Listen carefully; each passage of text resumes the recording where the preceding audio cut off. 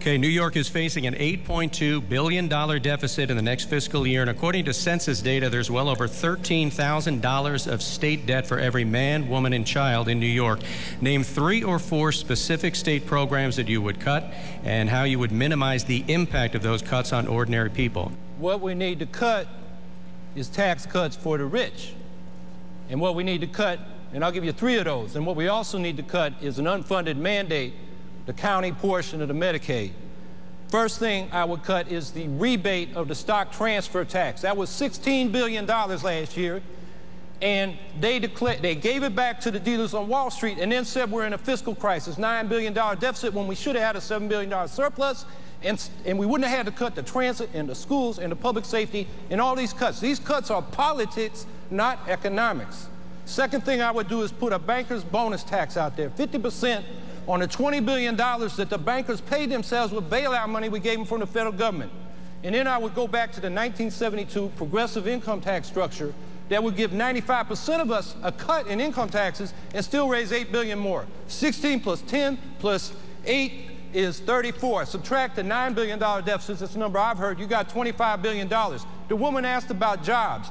Public jobs if you can't get a job in the private sector, like the old Works Progress Administration.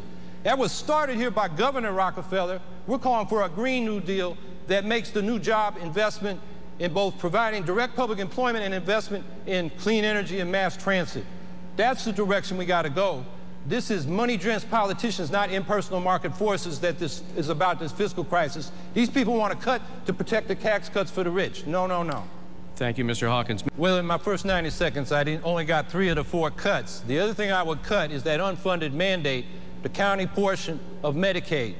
That is equal to 45% of county's tax revenues. We have the state take that over. The best way is a single-payer health care system, and then you can cut your property taxes at the local level and still have money to fund your schools. We don't have to cut our services. We just have to make the tax structure more progressive so the rich start pulling their weight in our society again. You know, we give them welfare like they need incentives. Thank you, Mr. Hawkins. Do you favor a state-mandated cap on local property taxes? And if so, what specifically would you do to help local governments and school districts find savings to cover their lost revenues? The most powerful way to reduce property taxes is to lift the Medicaid burden off the counties. That's 45% of the county property tax revenues. The cap is 2 to 4% of growth. Look at the difference there. And then you fund the medical expenses through progressive taxes and property taxes through a single-payer system, and everybody's covered and will save the state, according to the state's own study last summer, 2009, $28 billion a year to New Yorkers compared to the individual mandate plan that Congress passed. So I think that's really clear. Now, the thing is not, the question is whether we have more or less taxes or add taxes or subtract taxes, it's who pays the taxes. And since 1980, we've been giving tax breaks to the rich with the idea that they would invest in new means of production and employment. They haven't invested and taken that risk, they speculated. Stock buybacks, mergers, acquisitions, derivatives, stocks, currencies, commodities. They're skimming money out, and it hasn't worked. It was called trickle-down economics. Well, it didn't trickle down. I'm from Syracuse. We were deindustrialized all upstate. Look in the inner cities. They didn't develop. We've had empire zones, enterprise zones, empowerment zones. Those are tax breaks for the rich, not money for the people that live there. And people complain, oh, the poor are getting too much money. Well, if they're getting so much money, why are they still poor? Progressive tax reform. We can fund the services we need if the rich will pay their fair share. Thank you. Done this experiment. It was called Proposition 13 in California in 1978. At that time, their public schools were top of the line in the country. Today, the achievement level is 48th. The spending per capita is 49th because of a cap on property taxes. Is that where you want to go, New York? No, it takes some money to fund a school. Let's be realistic here. They want us to cut what the working class people use in order so that rich can keep these tax cuts they've had for the last 30 years that haven't worked for us. So, progressive tax reform. Thank you, Mr. Hawkins.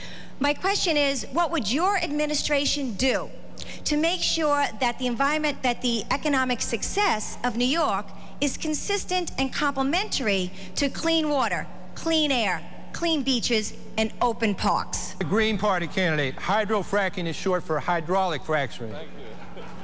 Tell him. We call for a ban And I'm telling you that this so-called moratorium, the Democrats are flim-flamming the environmental movement, because when the moratorium ends in May, it's going to be drill, baby, drill. You look at Mr. Cuomo's energy plan, New York Power, and he talks about replacing coal with natural gas. They say that's a bridge to the renewable future. No, that bridge is out. We take that path, we go over the edge, because natural gas is a dirty fossil fuel like coal, releases carbon and methane, which is a worse greenhouse gas. We need money. We got to have progressive tax reform to fund the DEC, which has lost hundreds of staff this year. We need a Green New Deal to invest in infrastructure, put people back to work in green-collar jobs. We need a climate action plan, the continuation of Executive Order 24 that Patterson started, but it's got to have much higher goals. The New York Power Plan from Mr. Cuomo doesn't say anything about that. It has no deadlines or timelines or particular goals. And finally, our goal I think we ought to have is go carbon-free by 2020. So if he was elected governor, how can you help a small business owner like me? Economic policy, the tax-cutting faction has been saying this for 30 years. We've got a jobs crisis. We have 1.5 million people in this state who are unemployed or underemployed, working part-time, trying to work full-time, or not counted because they gave up because they know there are no jobs that they can get access to. The man on the video asked, how do I get credit for my small business? He's not getting it from the banks. We need a state-owned bank like North Dakota has that has financed businesses, farms, and even student loans since 1918 and always turned a surplus back to the public. It runs as a nonprofit utility for the public benefit. We need that to get credit to the small businesses. For jobs, we need public jobs. If you can't get a job in the private sector, you should go to the employment office, not the unemployment office, and say, I want my job. And the local community has planned jobs for you in public services and public works, the things the community needs. So instead of paying them unemployment compensation, we put them to work and provide things the community needs. And finally, in an economic stagnation with consumer demand down and business not investing, you need public spending to bring demand up. Let's go back to News 12's Brian, Connie Bayer, and our audience here at Hofstra University with another question. How do you propose to fund public schools so that as to ensure a more equitable allocation of resources to public schools across the state? Well, we have high overall spending, but that's an average because some of the wealthy suburbs have a lot of property and it's assessed so they can afford to spend it. You go into the inner city or some of the rural areas and there's not much money. My city school district in Syracuse laid off almost 250 teachers and staff this year, and the Campaign for Fiscal Equity mandated that the state provide for these underfunded communities, and it has not done so because there's such a tax cutting and spending frenzy. When I pointed out before, the money, they had it and they gave it back to Wall Street. We need a more progressive form of collecting the revenue. Right now, the janitor at Trump Towers pays more in state and local taxes than Trump himself.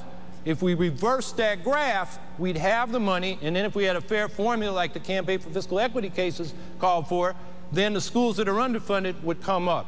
So I think those are the things we need to provide the resources. Now, there are other things in education we got to do, but I only got a minute, so I'll just focus on the funding for now. All right. Just want to know what the next governor is going to do to possibly audit the MTA's books and open up those books and see why they're always in such a deficit. What about the salaries of some of these executives? How come they're not cutting their salaries to give us, you know, better service? Well, the MTA's become an ATM for the big banks. Instead of fully funding it up front and finding dedicated revenue sources so it's adequately funded, they borrow money from the banks, load it up with debt, and then have to pay interest, and then turn around and say to pay the interest, you got to cut staffing, like station managers and other transit workers, and cut service and raise fares. So we need to turn that around, and the problem is it's an example of crony capitalism, where they appoint bankers' friends to the MTA board who make it an ATM for their other banker buddies.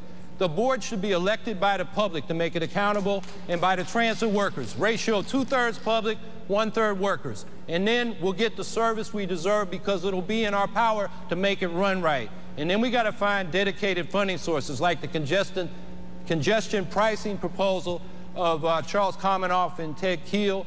I think that's worked well in London to increase public transit, make traffic flow, and reduce the carbon emissions.